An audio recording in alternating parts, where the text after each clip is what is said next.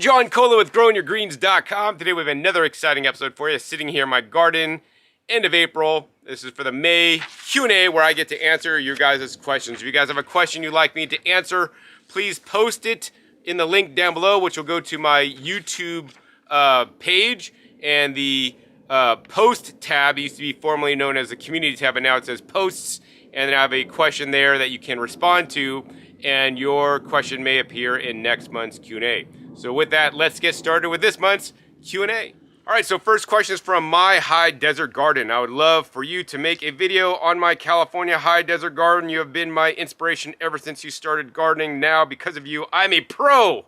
I'm the only person growing my own greens in my neighborhood. I think your viewers would love to see what I have accomplished in my garden. All right, great. Yes, I'm probably the only guy that grows my greens in my neighborhood too, because most people unfortunately don't grow in the desert.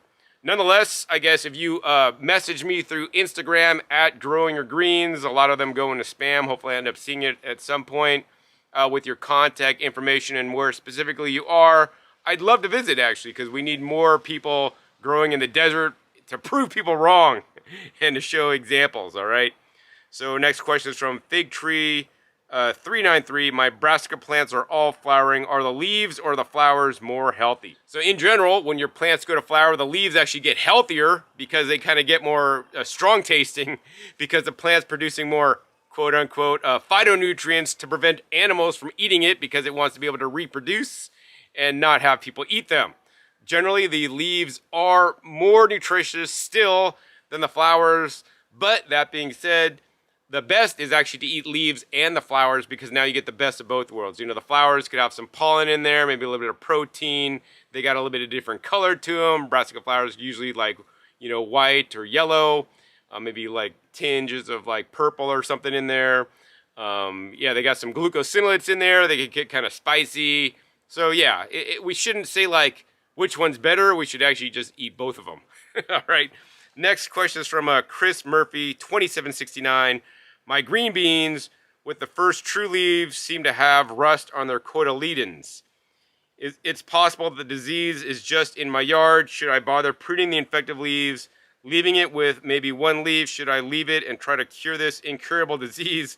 Should I hope it doesn't spread, wait for more leaves, and then prune? Should I give up on beans and just throw in a bunch of white clover? Also, it seems that my fresh garden soil custom mix is struggling for nitrogen, which may have helped with the bean catching disease in the first place. I ordered your pure protein fish hydrolysate as recommended and have been using it with success. I've also scattered Whitney Farms 9-6 fertilizer granules to feed the soil and try to give extra cheaper nitrogen. I'll probably continue this regime, but wouldn't fish hydrolysate also be feeding the disease? Would I be better off using something like Boogie Brew? It's a bit pricey to deal with unfinished soil causing nitrogen deficiency. I'm curious how you would address this combine problem, but I assume the answer is throw out the beans. I believe the source of my nitrogen woes is the EB Stone Topsoil Plus that I use with 50-50 with compost to form the base of my soil, since it contains both mushroom compost and composted redwood and very little nutrients, and I assume the wood in it is not finished breaking down. Do you have a topsoil product that you recommend, which would include many random rock minerals, which would start a new garden soil mix, or would you recommend just pure compost, rock dust, such as azomite, basalt, pumice, zeolite, etc.? All right, Chris, you have a lot of questions in there, so let's deal with this one paragraph at a time. All right, your green beans with first true leaves seem to have rust on their cotyledons. All right, so here's the thing. Your green beans just germinated. Their first true leaves, or their first leaves, have the cotyledons. You know, basically, the beans are young. So you know what? If they're giving you problems now, it's harder to kind of turn them around than to just rip them out, get rid of them, and start fresh. I mean, that's the first thing I do.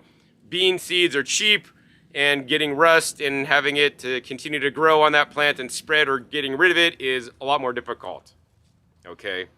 So is it possible the disease isn't just in my yard? So in my California garden, anytime I grow like my mallow, I always get rust on it. It just happens. The old growth will always have rust and new growth won't. So then obviously I harvest the new growth and the plants will still go to flower and seed without the rust. And I'm saving the seeds off those plants, and maybe those seeds will have plants with rust on it. You know, I'm not really worried about it. But on the other hand, my desert garden, 0 rust. So then I just grow those seeds here and I don't have a problem. So let's see, should I leave it to cure this incurable disease? Hope it doesn't spread, blah, blah, blah. Should I give up on beans and just throw in white clover? So I would say grow new bean seeds, get rid of the current ones that are infected. That's the easiest solution when they're young. If they're older, then it's a bit more difficult because like if they're producing and have some rust, then it's like, okay, should I start over? And then I wasted a lot of time to get them up to that state of production and they're producing, but that's not your question. So thank God.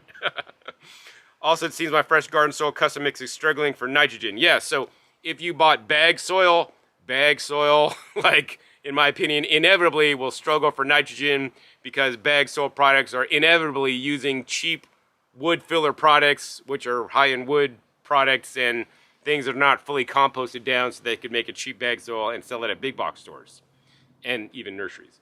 So yeah, I think that's the big problem. So I think that the source, and then the other thing is, if you have poor soil that doesn't have a lot of nutrients, then you're going to have seeds that are stressed out, and then seeds that are stressed out are more likely to get diseases, including rust. Okay, so there's many things going on. It's not just this or that. It's all of it. I think is affecting this potentially. So the next you talk about maybe using pure protein and some fertilizer to kind of feed the soil. But like, I don't think these like small fixes to add some nitrogen here and there are gonna fix the bigger problem that the soil mix overall is a big problem. So like, I personally would just bring in a bunch of good composted plant material. I mean, maybe if you have a friend that makes manure-based compost that you could trust, that's not like contaminated with other crap, which if you just like bought bag composted manure or something, like I don't trust it. But yeah, so try to find, a good source of local plant-based compost from a local supplier. I don't know where you live. If there's a local compost facility near you that you could visit, you could ask to see all their, paperwork and see how their stuff is made and mix a lot of that in. I'd at least personally, I'd probably do like a 75-25 mix. So 75 of new stuff, 25% of whatever you have before. If it's bag product, you probably didn't buy a ton of bags, so that probably wouldn't be hopefully too hard to do. And then what I'd do at that point is I would invest in Boogie Brew. If you don't, Josh would say, if you don't want to buy Boogie Brew, just at least make your own compost tea using his open source compost tea recipe. Link down below to that. You don't need to buy his high-end premium stuff if you don't have the money. You could make your own compost tea that's gonna be pretty good. I mean, he gives his main ingredients. I mean, of course, the main thing is sourcing high quality ingredients, which I don't know where you live, may be difficult. The worm castings, I think, are the most important source of nutrients and biodiversity and bacteria and microbes in compost tea. And I think it's very important to source some good quality worm castings and not just like EB Stone worm castings, because I have bought them before. To me personally, those are like low quality worm castings, but I'm used to high end worm castings these days, like Worm Gold Plus or the organic solution, castings that I use as well. I mean, those are the primary ones, as well as a Calawana casting source from Josh as well.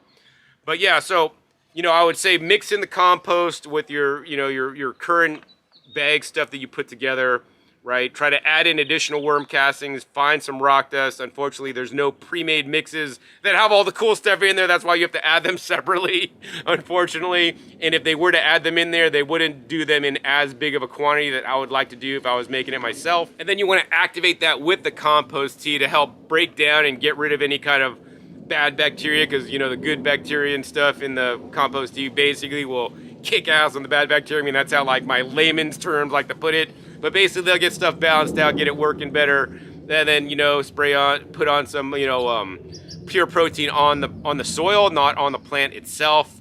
Putting on the plant itself could potentially feed diseases on the plant.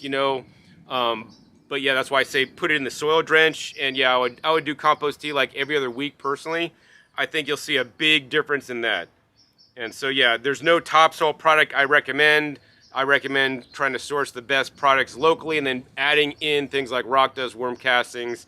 You could do the azomite, basalt, rock dust. Any one of those or a combination of those. You don't have to go too crazy. Whatever your budget could afford, whatever's like locally and available near you is easy to find. Like the azomite near me, I got to drive the next state over, but it's only a 2-hour drive. where I could actually get the fossilized kelp stuff locally. But yeah, and then, you know, you could add pumice and zeolite and all these other things if you want to get crazy, but, you know, I think those are kind of extra on the top and not necessary. The necessary ones are worm castings and the rock dust, okay?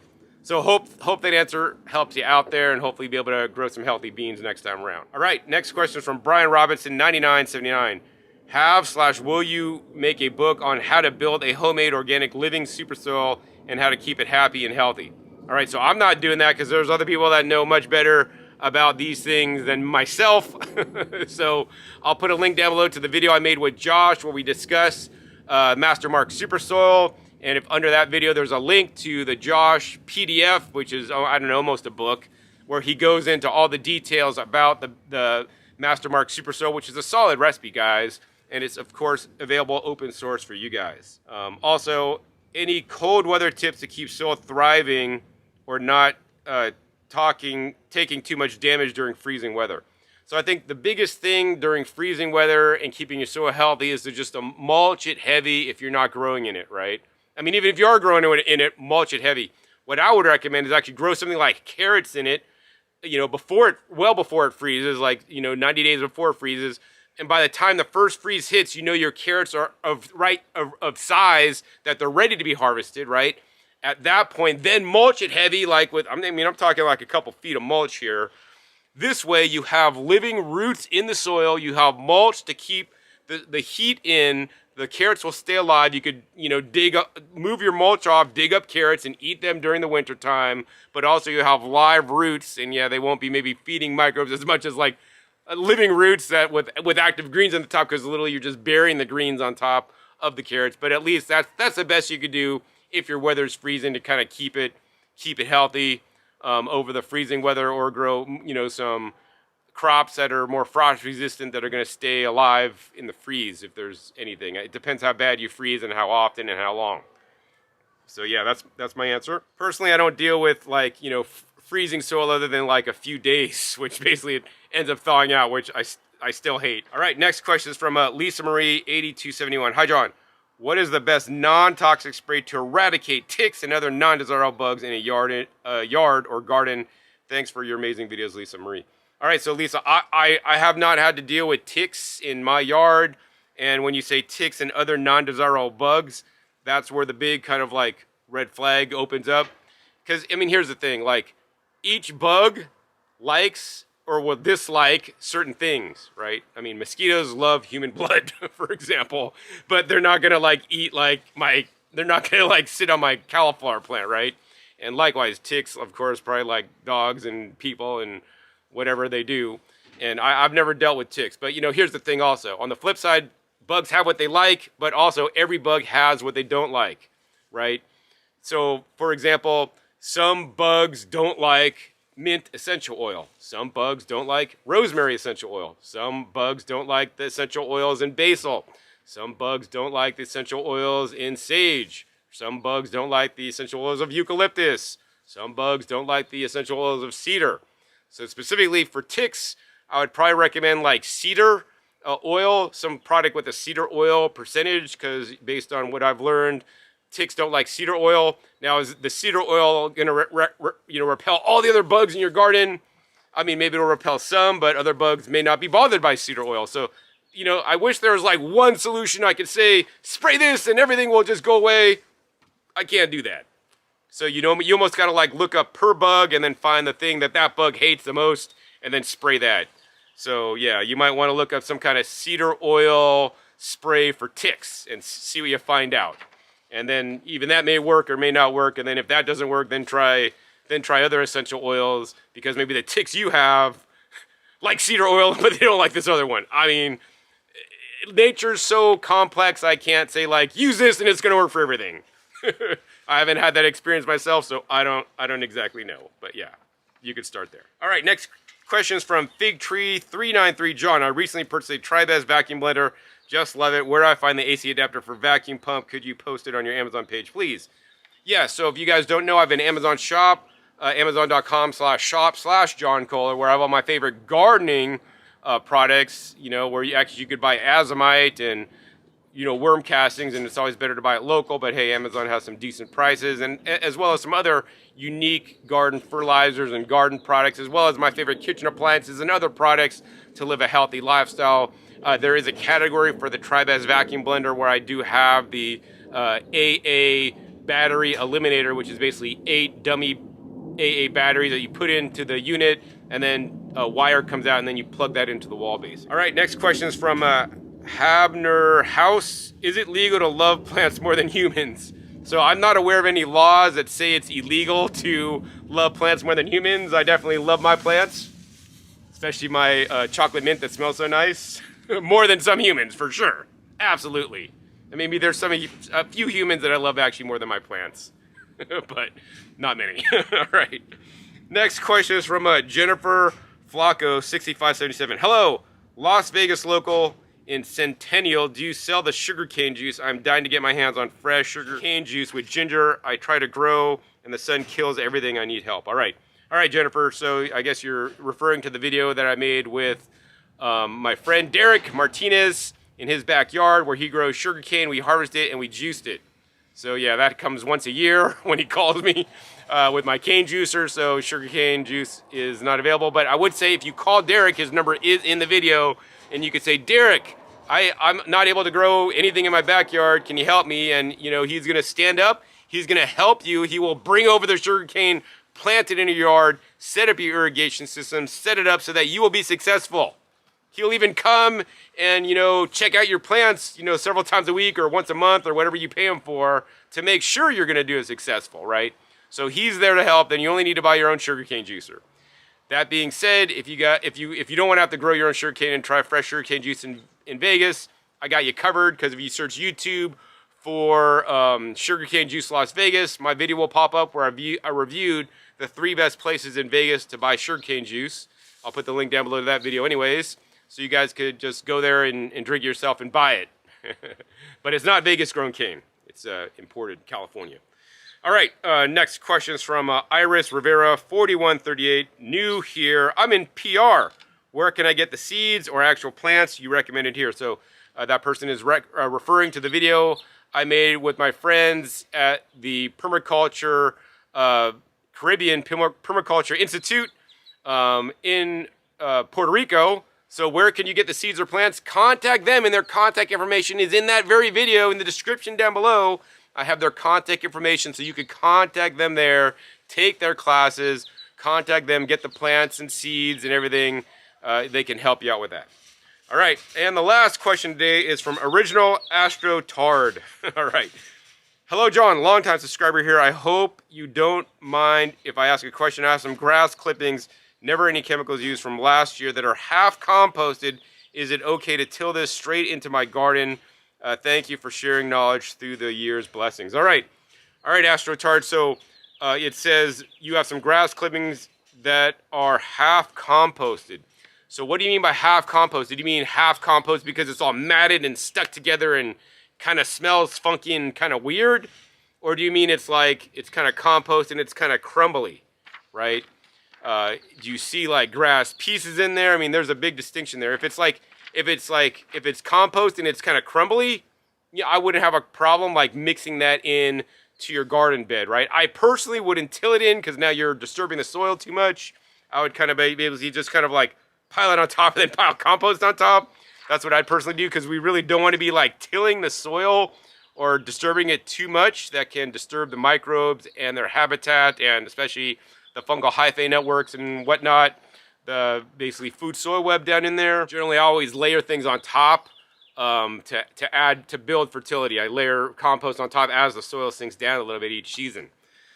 So I would say if it's not like crumbly and in chunks, if it's still kind of wet and matted and weird, I would compost it further before adding it in. My preference personally is to always fully compost materials before adding it to my garden. Personally, that's just how I like to do it. That way the materials will be more bioavailable for the plants. And then the plant it won't have to break down further with the plant sitting until the nutrients are released, right? So you could just dig holes and then bury food scraps in your garden, which yes, over time earthworms will come and it'll degrade down. But why do that when you could do that in another space and then bring in fully composted material that will have more available nutrition for your plants. So that's just my personal take on it. That seems to be just more efficient to me personally, but I know you have this waste product that you want to get rid of somehow.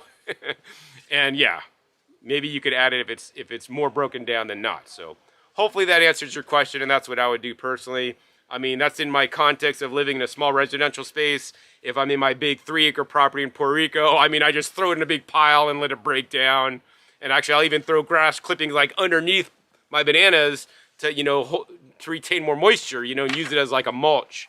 So once again, it really depends on your context, your space, what you're doing, and your specific goals. And, in gardening, there's like really no right answers. So I'm not going to say I'm right. These are just the ways I would approach things personally based on my experience and based on what I've learned. So yeah, I hope you guys enjoyed this journey, coming along with me, sharing a little bit of time in my garden today. And if you guys enjoyed this Q&A, want more videos, Q&As in the future, please be sure to give a thumbs up. Also be sure to share this video with other people in the gardening community you believe it can help. Also be sure to click that subscribe button right down below so you don't miss my new upcoming episodes I'll be coming out 5 to 7 days. You never know where I'll show up, what you'll be learning, what new gardening skills or knowledge I'll be dropping on you. And I wouldn't want you to miss any single episode, so make sure you click the little bell so you get notified as many videos come out. And finally, be sure to check our past episodes. Past episodes are a wealth of knowledge. Over 1,700 episodes at this time on this channel dedicated to you guys all about how to grow your own food at home. So with that, my name is John Kohler with GrowingYourGreens.com. We'll see you next time, and until then, remember, keep on growing.